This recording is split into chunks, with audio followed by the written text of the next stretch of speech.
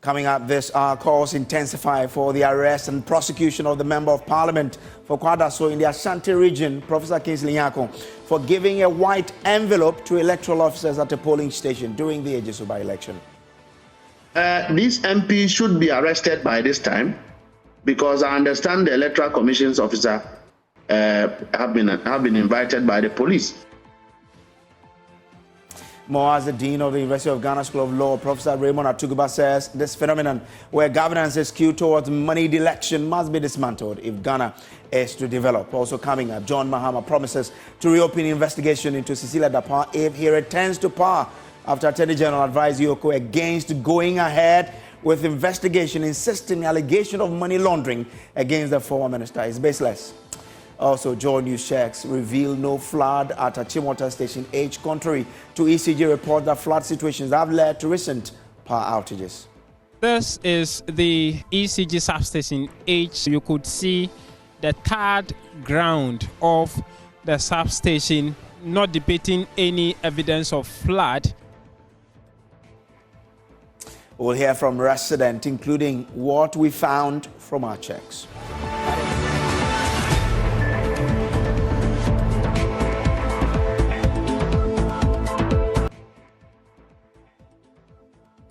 Now, the intermittent power supply, popularly known as Doomso, is beginning to hit hard at the transport sector, and the commercial bus drivers are feeling the pinch.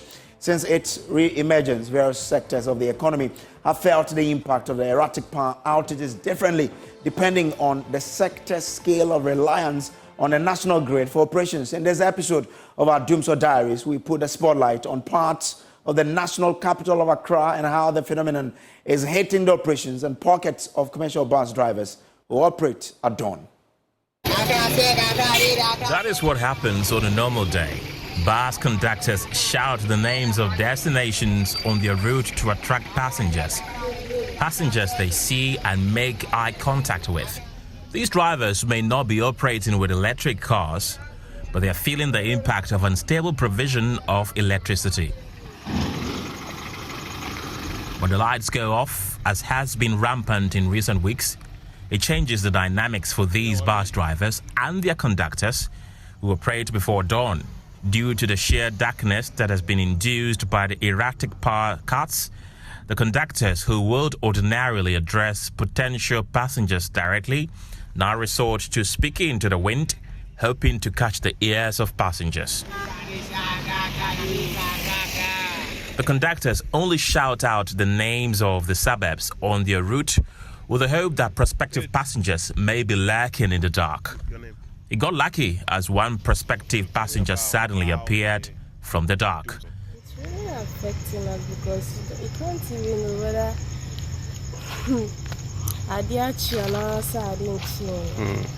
The erratic power situation is a real challenge. Because we are without power most of the time, I'm unable to even charge my phone. There's also the fear of being attacked by criminal elements in the neighborhood who would want to take advantage of the dark. I was scared. Kofi Ansah and his wife suddenly appeared from the dark. Kofi Ansah wasn't going to travel with his wife. He was only playing the role of a bodyguard by walking the wife to the roadside to catch a bus. When I approached him, he told me he doesn't want to take chances in the Doomso-induced darkness.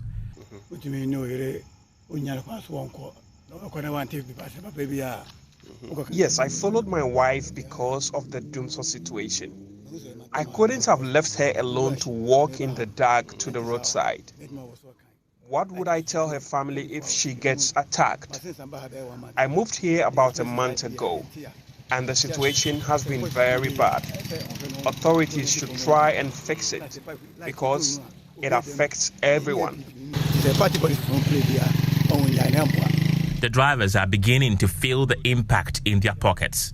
A conductor with 5 years of experience operating from Ablekuma to La Paz, he explains how the erratic power cuts has made his role as conductor more laborious.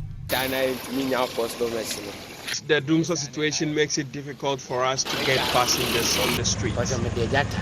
has been operating for a decade and a half from the Ablekuma enclave to Accra Central. He couldn't hide his frustration.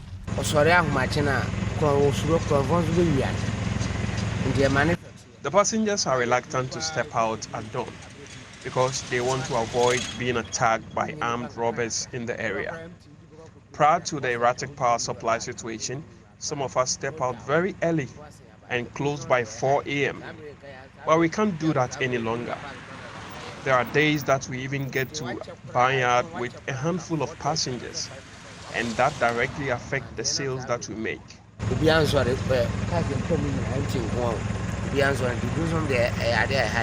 The underlying reason why the passengers are shying away from boarding the bus at dawn is a precautionary move to avoid being attacked by criminal elements who are taking advantage of the sheer darkness, a doomsday-induced darkness.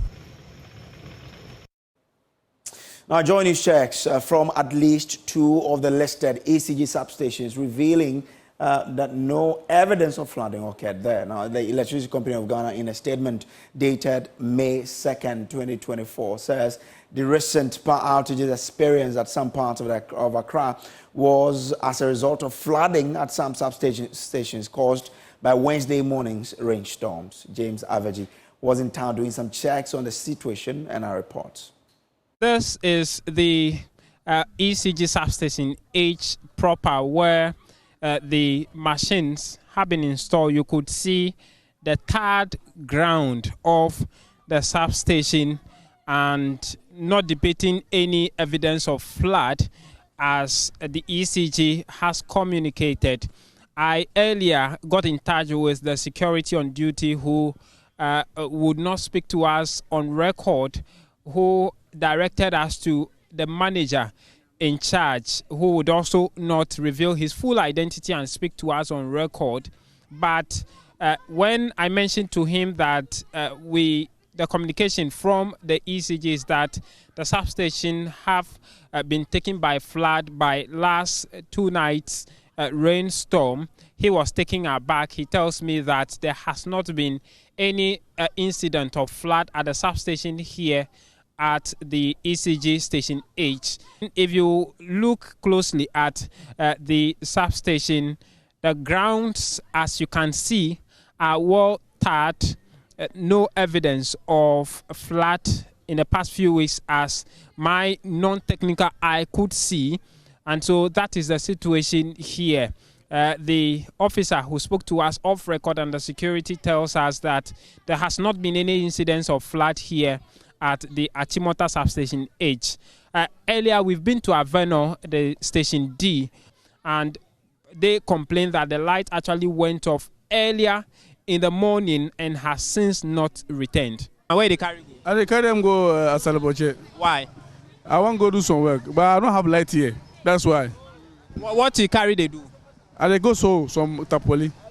I mean, today be the first time because of light they carry go another place. Today's the first time. The first time, yeah. When the time the light go off? This morning, early the morning, by 6. You don't know when it will come back? I don't know yet. As if you do like this, how they affect your business?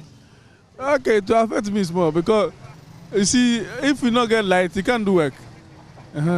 So you can't say you not going to affect us.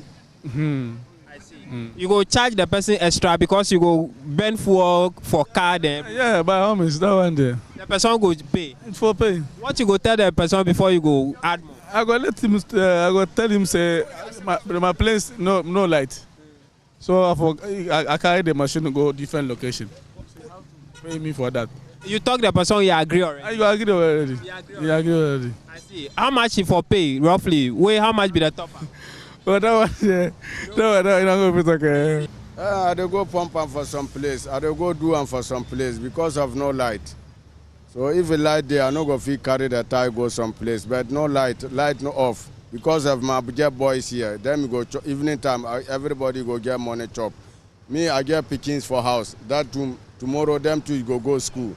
So you have to look them. Because of me, I no go, if no light, I no go fit sit down. Because of the boys, you go give them money evening time. So you have to go do their work for some place. From the ECG substation H here at Achimota in Accra. My name is James Abeji for Joy News. And there's no light at Aveno area. Former President John Mahama is promising to reopen investigations into the Cecilia Dapaah scandal if he is re-elected president. John Mahama's comment comes on the back of an Attorney General advice to EOCO, which effectively ends the investigations into the former Sanitation Minister's case. Now, the AG's office described a request from the Special Prosecutor to EOCO to probe the former Sanitation Minister for money laundering as unnecessary and baseless. But in a social media post earlier today, the 2024 NDC flag bearer said the case is far from closed. Member of our legal affairs desk, Kweku Asante, joins us with details. Kweku, we will get into John Mahama's post shortly. First, take us through the grounds adduced by the AG for which reason he says the investigation must not go forward. Well, so it's a 3-page document that the Attorney General, in his advice to the special the economic and organized crime office, seek to make the case for why that case should not be going on. And according to the Attorney General, the office of the special prosecutor had told the country that they were conducting a parallel investigation together with the FBI of the United States of America, and that formed the basis for the allegation of money laundering. Let me quote specifically what the Attorney General says in this document. He says, "It is very difficult to actually observe that the OSP did not place a copy of his report on investigations conducted by his outfit on a docket submitted to your office. The OSP's letter to you also did not disclose the basis for the suspicion of the commission of the offense of money laundering and structuring." It goes on to say that it is thus difficult to ascertain the basis of the OSP suspicion of the commission of the offense of money laundering and structuring by the suspects. A study of the document will show that. The Attorney General then goes on to actually lays out what the law is on prosecuting persons on money laundering in Ghana, essentially making the point that money laundering is a predicate offense. It's not a substantive offense on its own. It is predicated on moving unlawful money around outside the jurisdiction and all that. That is what will constitute money laundering. The Attorney General goes on to conclude then that because the OSP has not put on the record all this information from his so-called investigation with FBI to actually prove that some money laundering has taken place, and actually the proceeds of the money that we are all talking about, the millions of dollars seized from Madam Cecilia Dapaah's house, once no investigation has established that those monies were made from corrupt means, then an investigation into money laundering will not even arise in the first place. Okay. And then concludes that because of this analysis that he has made, an investigation of the former Sanitation Minister in terms of money laundering will be without basis. And that is the specific words that Attorney General used in that letter to Yoku for the advice. So all this effectively ends the probe, because the last leg of this probe standing for Madam Cecilia Dapaah, the questions she's facing, has to do with money laundering now, because the special prosecutor closed the earlier legs of his prosecution, except this case of money laundering, which the Attorney General now says is without basis. Okay. Now, we know now that the former president says he will do something about it when he re-elected. Well, yes, in a social media post put out before 3 p.m. today, the former president, John Dramani Mahama, says this case is all but over. It is not over yet, and the future NDC government will cause a reopening of that investigation so that the case against Madam Cecilia Dapaah will be reopened. There will be more investigation, and if Madam Cecilia Dapaah is found culpable, she'll be put before the courts. All right, Kwasante, I'm grateful there. Meanwhile, an anti-corruption crusader, Vitus Azim, has been tackling the special prosecutor for the way he conducted the interview in the Cecilia Dapaah case. It defeats the fight against corruption. And that's what I've even said, that nobody's fighting corruption in this country. We just speak about it. We're not fighting corruption. The matter did not need to go to the Attorney General at this stage. EOCO could have just even put aside the referral of the Office of Special Prosecutor and investigated this matter on its own. Has the Special Prosecutor's Office, has it also lived to expectation in this matter? Should we lay some of the blame at the doorstep of the Special Prosecutor's Office? Yes, I think so, because if you were passing the case on to EOCO, you needed to give, and you wanted EOCO to work on what you had already, to build on what you had already done, then you needed to give to EOCO all the information that you have. If you fail to do that, then of course there was suspicion that either you did a poor job or you did not want EOCO to use the information, the evidence that you found, to continue with the action. And these are some of the things that happen when it comes to investigating high-profile cases. It refers to about 2 or 3 institutions who muddy the waters, and that's a very unfortunate situation. Now, the Executive Director of EOCO has also come under fire for her outfit's handling of the Cecilia Dapaah case. Private legal practitioner Martin Pegbu says the EOCO boss must resign. The Executive Secretary of Yoku has been sleeping on the job. The first thing is, did you see the part of the letter saying that the money has been returned to Cecilia Dapaah? That's the most important thing we should deal with right now. How was that money returned to Cecilia Dapaah without EOCO being on site to take it at the same time? Why do I say so? Mr. Kisei Jabe had been clear that he was going to return the money and hand over the file to EOCO. That docket, hand it over to EOCO.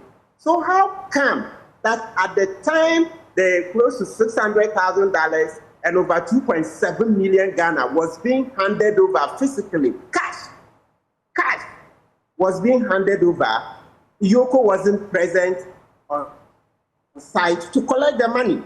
The rest of the things in the letter we can deal with, and I'm sure we'll come to that. But this is the point we should be making. Listen, Mamiti Dankwa should be on her way out of that office. She should be out. Let's not play. This is too elementary. It's too elementary for us to tolerate this. Kisei Jabin came out publicly that I'm handing over this file, I'm handing over the cash. And so, at all costs, EOCO should have been present to collect that money. There can be no excuses and there can be no buts. And that's why I'm thinking that, we are calling on Mamitiwa to resign. This is we had warned her.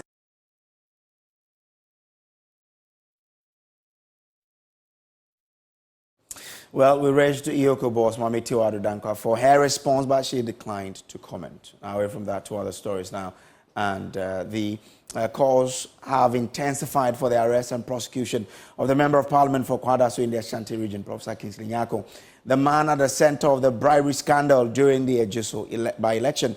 Several civil society organizations have all waded into the calls for an investigation to be conducted into the conduct of the MP. Election Watch Ghana, one of the CSOs in particular, has petitioned the Inspector General of Police to investigate the MP for what they describe as electoral misconduct. More of this shortly. First, though, the MP in a statement has apologized for his misconduct, but denies claims the money he offered was meant to bribe the electoral officers. Let's share with you the statement that he's released here. Now, it says, he says, I quote, I must state unequivocally and in all honesty that the gesture shown by me to the electoral officers was with good intent and not to bribe nor influence them to act contrary to their conscience, conviction, and character. Now, he again says that I have endeavored over the years to build an image of integrity, of credibility, honesty, kindness, and discipline, and I will not do anything to deliberately diminish what I've done over the years. He again says, although I acted in good faith, it seems my good intention and action have been misconstrued to mean I have bribed or influenced the electoral officers. That was not the case. I did not bribe anybody. He continues by making that point. He continues to say that as unfortunate as the incident is, I would like to apologize to the Commission and the citizenry and assure all and sundry that such an act would never happen again. He then makes a promise that I will also gladly submit myself to any process to establish the truth of what transpired at the police station on that day. So that, the Member of Parliament for Kwadaso making that point there.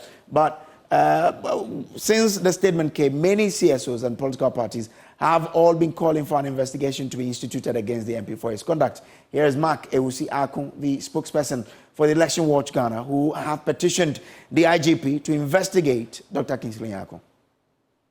We've today, as Elections Watch Ghana, drawn the attention of the Inspector General of Police to an incident that happened at the just ended by-elections at Ajuso, where the Honorable Member of Parliament representing the good people of Kwadaso, Honorable Kingsley Nyarko, was seen on a live interview giving out an envelope, which we believe contains money to EC officials, and we think it is to influence the process. What we are saying is that we cannot sit aloof to look at people who occupy higher positions to influence any electoral process in Ghana, and that the IGP must expedite a very quick investigation into it and possibly come out with some level of prosecution. I think that we need to protect the integrity of the Electoral Commission and also our electoral process, where nobody, and I mean nobody, can have any opportunity to influence either by power or using money to mar the already dying democracy that we are practicing. So we believe that the IGP would act responsively to this. Now, the National Democratic Congress have, however, taken it a notch higher. They want the MP to be arrested with immediate effect. Mustafa is the party's Deputy General Secretary. The ordinary Ghanaian have also lost interest in the credibility of the Electoral Commission to the extent that people will now vote and would want to spend the rest of their time at polling stations until their votes have been counted, particularly to the conduct of these MP of Kwadaso. Thanks to Joy Leaves, but for that, he would have succeeded in bribing the public officer on duty for the purposes of election. He would have done so with a sole intention of compromising this officer. And for me, he didn't just do it at any place. He did it within the perimeter of voting. This is a restricted area, and for which reason we place police officers there, that no unlawful activity that will undermine the transparency of the election should happen over there. And clearly, if you calculate his body language, his demeanor, and how he left the envelope and how the lady has to take it and all of that, there was an intention clearly to bribe. Even though the lady initially didn't have the direct readiness to receive the money, she took the money. So somebody attempted to bribe and somebody collected the money. His good intention could be that the lady is his girlfriend and he wants to go and give the lady money. But even that, morally, do you have to go and give your girlfriend money within a voting space? So clearly, these MPs should be arrested by this time, because I understand the Electoral Commission's officer have been invited by the police. Now there is a giver of the bribe and the receiver of the bribe. How do you interrogate the receiver while the giver is still walking? You have killed the matter from the onslaught. But the parties, the MP's party, the New Patriotic Party, says there is nothing wrong with what he did. Aruna Mohammed is Deputy General Secretary of the MPP. We have done this on several occasions. And this occasion, it wasn't food, it was an envelope, and the MP himself has corroborated that it was money. Yes, he said, yes, he's giving lunch. That's what the MP said. What is the intention? Who better defines an intention than the person who does the act? He said that he gave it out for lunch. Somebody else is sitting somewhere and determining it as a content of bribe. If it established that it is not for lunch, then that is where the party, if somebody is giving lunch, what do you want the party to do? Where has generosity ended in this country? That you cannot give somebody lunch, you can't give somebody breakfast. Where has generosity ended? Is the NDC telling us that they have never cooked food and given something to even the Electoral Commission officers? This is done on several countless occasions. Well, let's bring in an anti-corruption campaigner, Adam Selano, who is convener for the Citizen Movement Against Corruption, who has joined me via Zoom now. Adam, I'm grateful for joining us here. First off, what do you make of this now that the man himself, Professor Nyarko, has come out to say, well, I gave the money to the officers, not to bribe them, but to help them to find lunch? Well, Professor Nyako should know better than to get himself into such a situation. We all know that polling processes are high security processes, and there are laws, updated laws governing any attempt or, when you do something that appears to have influenced a public officer discharging their duty. So to the extent that it even was put in an envelope, you see, if it's like you went into your pocket, you pulled out a 20 or a 50, then it's like it's off the cuff, an incidental, giving. But once it was put in an envelope, there was some premeditation. And that's where you begin to ask more questions. Is that the only envelope that was giving out? And so for equity's sake, as long as the electoral officers on the day have also been called in for questioning, he ought also to have been called in long ago so that there's a clear picture of what transpired. An apology, yes, but beyond that, the laws of the land must take their effect. So if you say the laws of the land must take effect, what are you looking for to happening? How soon should that happen? Oh, he should have been picked up. He should have been picked up long ago.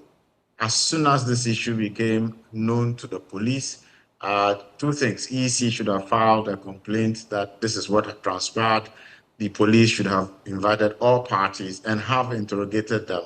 And by now, some report should have been provided by the police on what all these parties have said. Because it is clearly not acceptable on an election day at a polling station for officers who, anybody observing this could have drawn a certain conclusion. That's extremely dangerous. And on one hand, if he didn't avert his mind to it, it was very irresponsible action. But the investigations and the questioning ought to have happened by now. He should be picked up for questioning.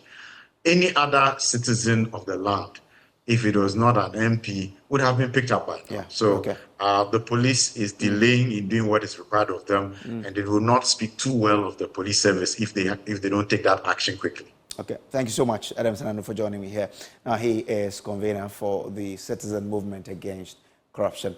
Well, this developing story is quite one that is intriguing. Let's bring in a former member of parliament who used to be the ranking on the Committee on Legislation and Constitutional Affairs in Parliament. Grateful to you, Honorable Minister Fuseni, for joining us. Now, he's confessed that he gave the money for the officers to buy food. Is there any law, specific one, that his conduct breached? And what must happen? Right, so he breached the Criminal Offences Amendment Act, 1034. And the act was introduced in, the bill was introduced in 2000 by the former Attorney General and of the Akufo-Addo government. And that bill sought to increase the penalty and sanctions imposed on the by the law existing then in the Act 29 to make such offences felonious offences. So now that he's breached it, I mean, once there's a law, it means that there's a provision if you breach it. What does it say? Well, yeah, so if you take the law from the corruption of a public officer in the performance of his duties, the sanctions under the law is between 10 and 25 years. And if you take the specific offense, Section 9 of Act 1034, which amends Section 229 of 59 of Act 29, I mean, is corruption, intimidation, impersonation of in a public election, and that is the sanctions under that offense is between 5 and 10 years, and that a person convicted under that section cannot hold a public office. Okay, Professor Nya, you say he cannot hold a public office if he's convicted? Yes, under that section. Wow. Under Section 9 of Act 1034. Okay. That is the Criminal Offences Amendment Act. Interesting. Now, should Parliament drag Professor Nyako before the Privileges Committee? Yes, but the Privileges Committee has a range of sanctions, and his conduct will be breaching the ethics of the of a member of parliament, bringing parliament into disrepute.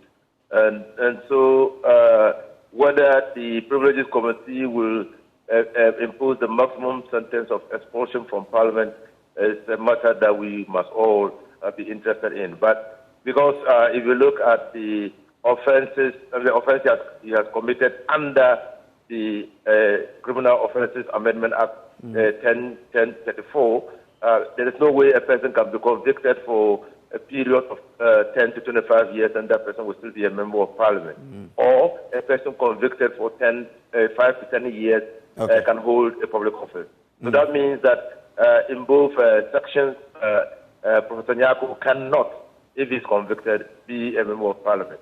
So by parity of reasoning, one will wonder, or one wants to see if the parliament invokes standing orders against him, whether they will exact the maximum penalty or sentence. Grateful to you, Mr. Mustafa, for joining us. He is a former member of parliament. You're still watching the Joy News Prime. We will take a quick break. When we come back, we'll still have more news for you, so please do stay.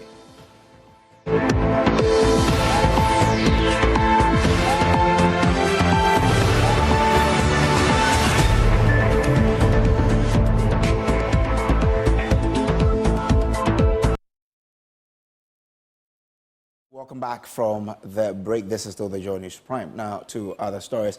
Pressure is mounting on the government to probe the Akosmo Dam disaster. The VRA opened the floodgate of the Akosmo Dam in September 2023, affecting about 39,000 Ghanaians downstream. 6 months after the disaster, victims who continue to reel under very harsh conditions are demanding answers. Here's the MP for North Tongue, Samuel Okujeto Ablakwa, mounting fresh pressure on the government to establish what caused the unprecedented disaster. We've never seen anything on this scale, on this magnitude. So something really went amiss this time round. And that is why we keep insisting that there ought to be a probe.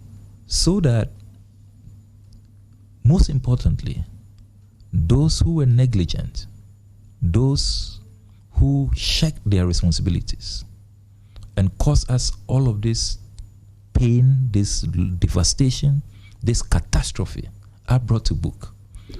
But in addition to that, we need to learn lessons as a country so that there will be institutional reform, so that we can all put in place the needed measures. So we need an inquiry. And it is through that inquiry that all the facts will be established. All sides will be heard, including the victims, the engineers, the management of VRA, the Minister for Energy and his colleagues at the ministry, the presidency.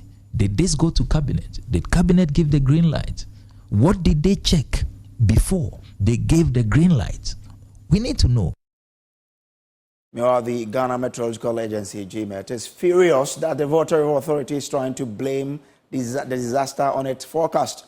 Speaking to journalists in Akosmo days after the opening of the floodgates, the VRA said it based its spill decision on the forecast data provided by the GMET. But speaking to Joy News after the flood documentary, the head of Central Analysis and Forecast at the GMET, Felicity Ahyiafianyo, insists they cannot be blamed for the disaster as they provided timely update to the VRA. We hear from her shortly. First, though, here is the manager in charge of generation and systems planning at the VRA, Engineer Abdul Noor Wahab, and then Deputy Minister of Energy, Herbert Krapper. In July, we depend on the Ghana Meteorological Agency for forecasts because the water that comes, it comes through rainfall. At the time, the forecast gave the indication that we are not supposed to expect too much water into the reservoir. But in August, the situation changed. The same GMET now issued a new elaborated forecast that the situation has changed and we should expect a lot of rain going forward. They relied on expert information from the Meteorological Authority Agency. That changed, and that changed the course of things. But the head of Central Analysis and Forecast at the GMET, Felicity Ahyiafianyo, vehemently disagrees, insisting adequate data was provided ahead of time to the VRA. Our forecasts did not change. The documents are all there. It's a public document. Whatever we sent to them is also made available online, so you can pick it and study it. Last year, the seasonal forecast came out on the 10th of March 2023 in the presence of the media and other stakeholders, and this document was sent to VRA. Then when that one was that, we call it March, April, May, and then April, May, June. Then we have June, July, August, and then the trend continues. So we keep it 3-month season that we deal with. So for the 3 months, the accumulation, how it will be, that is what we are predicting. And then that is what we've given to them. So in a year, we provide them with 3 seasonal forecasts. That is the major rainy season purposely for the southern sector, and then the one for the north, and then the minor season. So the forecast for last year predicted that some areas are going to experience above rainfall for 2023 season. And then the minor to when it was out was also having the same indicators that most areas are likely to have above the normal rainy seasons that we know, of which it was communicated to them. In this particular case, we cannot be blamed for that because we have been providing them with daily, weekly forecasts. Well, about a month ago, the National Disaster Management Organization, NADMO, held an after-review technical session on the disaster with key stakeholders, including the VRA. Let's try to get some answers for you. We've been joined via Zoom by the Deputy Director General of NADMO, Saji, to help us with some answers. Grateful to you for joining us, Saji. You held an after-review with stakeholders, including the VRA, to examine actions and decisions taken before, during, and after the disaster. Where is that report?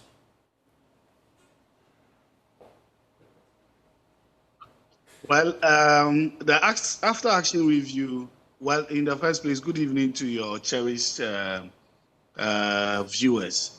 The after-action review has not been completed. It is in 2 sessions. Okay. One of the sessions is over, and that happened between the 29th and 28th of March at Northtown, where the principal objective is to assess the preparedness and entire response operation carried out by all key response agencies and other stakeholders, and share experiences too as well. And what we also did at that technical session was also to identify what the successes were, the challenges and lessons learned during the entire process. And most importantly, to make some recommendations to enable all key response agencies and other stakeholders to effectively prepare towards any similar emergencies in future. So the format was every agency that participated in the response, but you know that we had already had a simulation exercise 3 or 4 months earlier, and all these key agencies participated, including the various assemblies. So what we just did was, when we had the real situation on hand, how did we fare, looking at the simulation that we did, and the real situation on our hand. So how was it? And where is it pointing to after you've begun to check how you did in the actual thing itself? What is it pointing to? Well, the challenges were many, in the sense that the simulation exercise itself had some challenges because we couldn't have a full-blown simulation exercise in all the 9 districts. We only did it in 3 districts concurrently and had notional events in the rest of the 6 districts. When the flood happened, it happened in all the 9 districts at the same time. So the deployment of personnel and other issues came up, especially the management of safe havens and the issue of respondents getting ready for the exercise itself was a challenge. Well, we understand the VRA itself says it's reviewing its strategies, and I'm sure you're part of that work as well. I mean, what has come out so far from that review? Well, you know, as a disaster management organization, our actions is mainly targeted towards handling the humanitarian issues that come out of these events. So for us, the technical issues concerning the spill and all that is not in our domain. For us, it is the humanitarian issues that come out that we are mandated by law to manage. And that is what we collaborate with all agencies, including the media itself. For this after-action review, we got the media houses to also be part of it and also looked at the role they also played in the whole response exercise. Okay, but I thought that since you are part, you see some of the defect there. But I'm grateful to you for joining us. Let's bring in, Nana Yawakoda, who is a public safety advocate. Nana, grateful for joining us here. Now, 6 months after the disaster impacting an estimated 39,000 Ghanaian lives, there has been no actual probe initiated by government. And at this point, what measures can be taken to compel the government to launch an investigation? Very good evening to your viewers. I think that to a large extent, where we have come, we have demonstrated too much indifference towards the plight of those who are affected by this unfortunate incident. To the extent that we've had to live with very, very for want of a better word, shameful blame games being bandied about. I mean, talk about weather forecast that did not go the way it was expected and all that. I think that it's the responsibility of government agencies to use weather forecasts as one part of a comprehensive risk management strategy.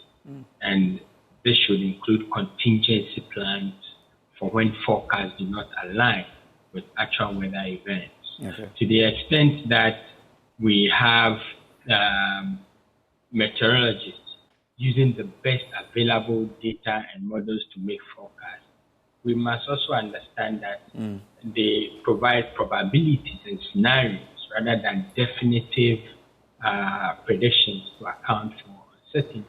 Okay. So I find the excuse of the BRA untenable, and we should just throw it somewhere in the bin and move on. Okay. As to how the affected communities can get some, compensation from government and get some people to be held accountable. Unfortunately, everything rests in the bosom of government. Okay, I'm grateful to you for the point that you raised there. Let's go to Parliament now and speak to the ranking member on the Works and Housing Committee, Vincent Opon-Asama. Grateful to you, Honourable, for joining us. What stage is Parliament regarding the probe into the Akosmo disaster? Hello, Honourable Vincent Opon. I'm trying to find out from you what stage Parliament is in your probe into this Akosmo disaster, Honourable. I'm concerned, we have not even initiated anything yet. We have not started anything yet into any probe into the Akosmo disaster. But I believe once Parliament reconvenes, we'll be visiting the site. We have gotten the green light from the Speaker that we could visit the site and then present a report to Parliament. From there, then we'll take it from there. So far as I'm concerned, Western Housing, even though we rank on Western Housing Committee, but this whole thing is managed by the Interministerial Committee. Okay. Honourable, but another important thing is the 80 million cedis that government has released. What do you know about that amount to? It was not channeled through the Ministry of Works and Housing. Okay. So we need to get value for money. So we need to ascertain how the money was spent. Okay. So far as I'm concerned, our members of Parliament in Volta region are not very happy because most of them do not even know what the money was used for. So we need to at least probe into it, find out what that money was used. Because so far as I'm concerned, you go to elsewhere, some of the MPs, they've done very good job by providing accommodation and other things. But not more. What NAMBO has done, so far government has done 80 million. We need to find out what exactly went into that. But so Honourable, where is the money? I cannot tell because it was not channeled through Ministry of Western Housing. We have oversight over Ministry of Works and Housing and Water and Sanitation. I guess when parliamentary convenes, you would probably ask where that money is. We'll be following you to know where exactly that happens. Okay. All right. Thank you, sir. I'm grateful to you. The Honorable Vincent Dapaah is ranking on the Housing Committee, the Housing Committee of Parliament. We'll take a break here. I'll be back with Showbiz. Do stay.